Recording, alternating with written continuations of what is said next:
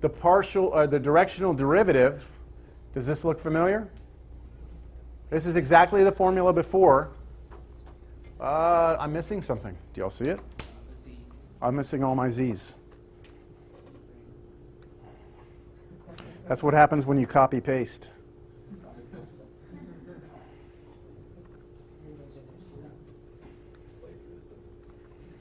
Hey, it was my own work. Prove it, yeah. Okay, so the only difference between this and the one I put up on the board here is that because we have three variables, we're going to have three pieces, right? Three partials, partial with respect to x, y, and z. Each of these functions can be evaluated at an order triple x, y, z. And we'll have a, b, and then a third component of the unit vector. So everything straightforward, yeah? And then you could also break this apart as a dot product again. And we could call the partial of f with respect to x, partial of f with respect to y, partial of f with respect to z, put that into a vector, and we would call that the gradient vector for this function. So there's two different notations. Del f is either write it out that way with all the x, y, z's, that's too much, or just shorthand is something like that. Now this is something in the homework video I did this morning. I was trying to get this across in one of the examples, but I think I just made it clear. Hopefully it made sense that the problem that we started with, we had a point in the domain. We pointed out the first one we did, we pointed pi over 6, right? Then we went up on the surface, and here was the ground, and we were pointing out this direction, and we had some point out here, and we were trying to point parallel to it, right? And we got, if we walked out, what happened? We went up or down, right? That's what's happening when you have a function of two variables. But what if you have a function of three? Well, your domain is no longer this picture, right? Your domain actually is three-dimensional. The point that you pick instead of being like this is, some point in three-dimensional space.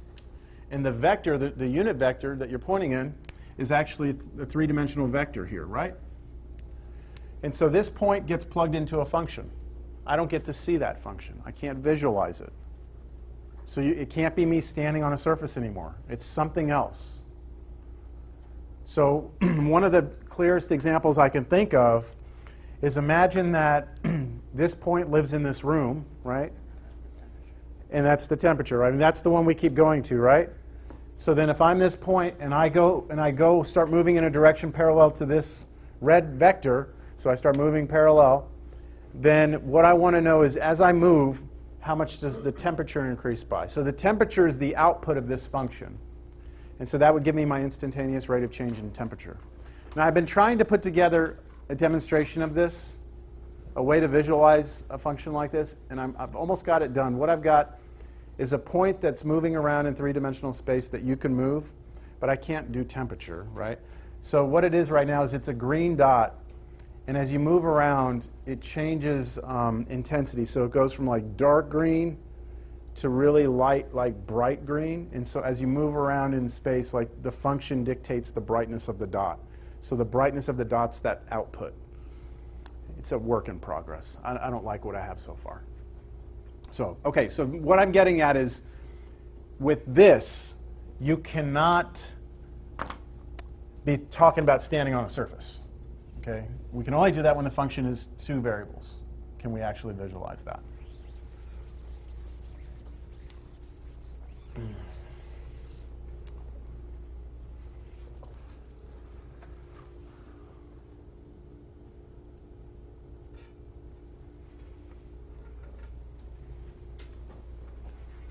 Why don't you work on this? See how long it takes you to get through this. You can talk to each other, right? This is not a quiz or anything. I just want to see what you do here. Can everyone read it? I'll make it a little bigger. So, that okay? Okay. Find the gradient vector. Then do the directional derivative at this point in that direction. Go ahead. I'll give you like 10 seconds? 10 minutes? 10 minutes.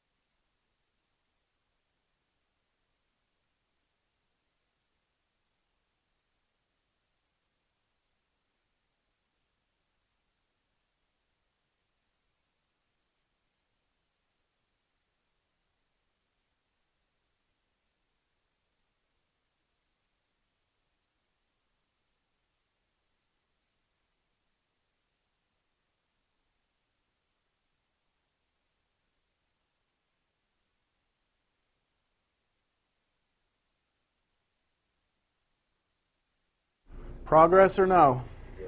Yes? Got progress? All right.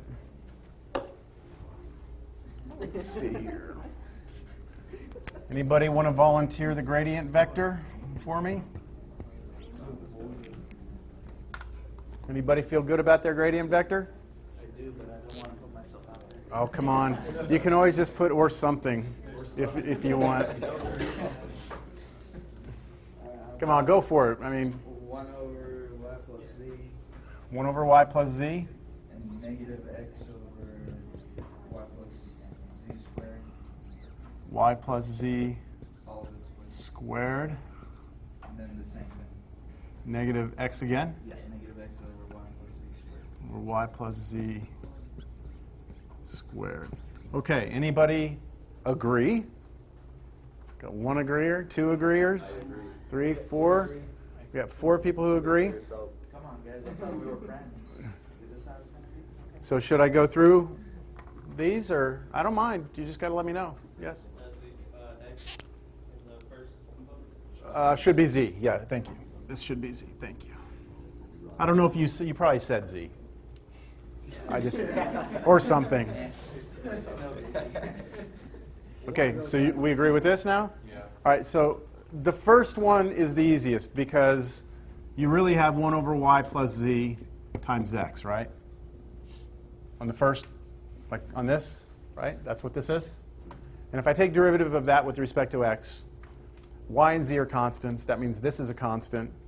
Constant times x, derivative is just a constant. So that's this, right? Yeah?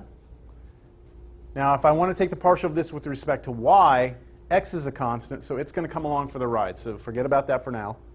But to do the derivative of this, because y appears in the denominator, you probably should move the y plus z up to the numerator, like that, and then take the derivative of this, which is chain rule. So negative 1 comes out, y plus z to the negative 2 times the derivative of what's inside with respect to y, which is 1 plus 0, because z is a constant. So just a 1 out here.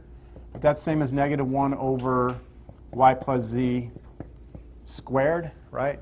But then you had the x. So x on top, so that's this.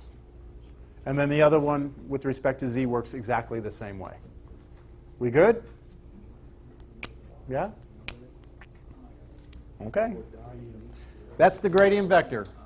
Now what we need is the directional derivative at the point 411 in the direction of u. Did anyone get that part yet? So what did you do? So you looked at the u and had to make sure it was a unit vector, which it wasn't, right? So you looked at u and realized it wasn't a unit vector, so you found its length. Square root of 1 plus 4 plus 9, which is root 14. And so I'm going to scale each of these components by this. I'll call that vector v is equal to 1 over root 14, 2 over root 14, 3 over root 14.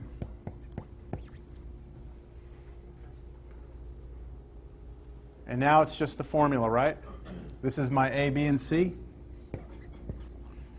And so I'm going to take this vector and dot it with this vector, right? Take the v and dot it with this. So let's do that right here. What's the gradient dotted with v? It is 1 over root 14 times this plus 2 over root 14 times this plus 3 over root 14 times this,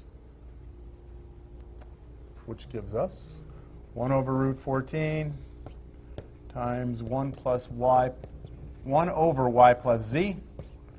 And then this is going to be negative because that was minus 2 over root 14 times x over y plus z squared, and then finally minus 3 over root 14 times x over y plus z squared. And that's a number, isn't it? Dot products spit out numbers, don't they? Well, I have to give you x, y, and z, and then it'll spit a number out. But all right, so let's go ahead and I don't think I'm going to go through and plug everything in. Someone can tell me what the directional derivative in the direction of v of the function is at the point 4, 1, 1. What do you get? Negative 1.2. Anybody have the exact form, or is it real ugly? Oh, it's negative 9 over 2. It's negative 9 over 2 root 14. Anyone else get that? Yes? Okay, so all we do is replace x with 4, y with 1, z with 1 into this, and you should get this, which turns into this if we get on our calculator. So again, if this, let's say that this function right here represented temperature in the room, and you're at the point 411, wherever that is, and you start moving in the direction of this vector, and you start moving that way, the temperature is actually decreasing at that rate, negative 1.2 degrees. All right. All right. We're moving on.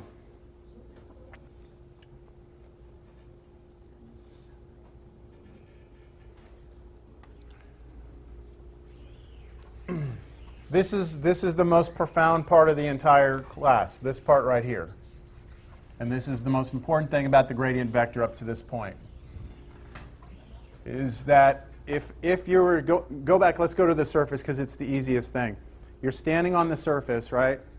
And you are up at some point, and you know that in each direction, right? In each direction, there's going to be some tangent line. The natural question would be, what direction do I point in to have the steepest tangent line, right? Like, where should I point so that when I take that step, I go up more than I would in any other direction? Does that seem like a very difficult question to answer? Yes or no? Does it seem like if you know the function that it's going to be easy or hard to be able to tell where to point and walk and that be the steepest? I mean, to me, that seems like a stretch. Like, we'd probably have to work pretty hard to get that information. But it turns out it's not hard at all. And it comes from the fact that we have a dot product. All right? So you go and you look at this. We are trying to figure out what will maximize the directional derivative. What will give us the largest directional derivative?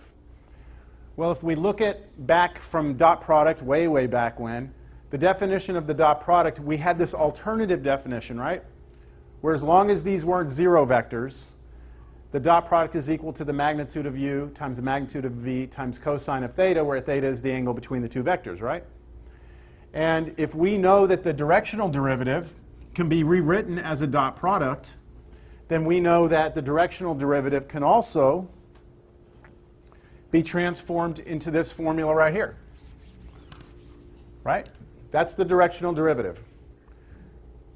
Using the dot product formula, this is magnitude of f times magnitude of u cosine of theta.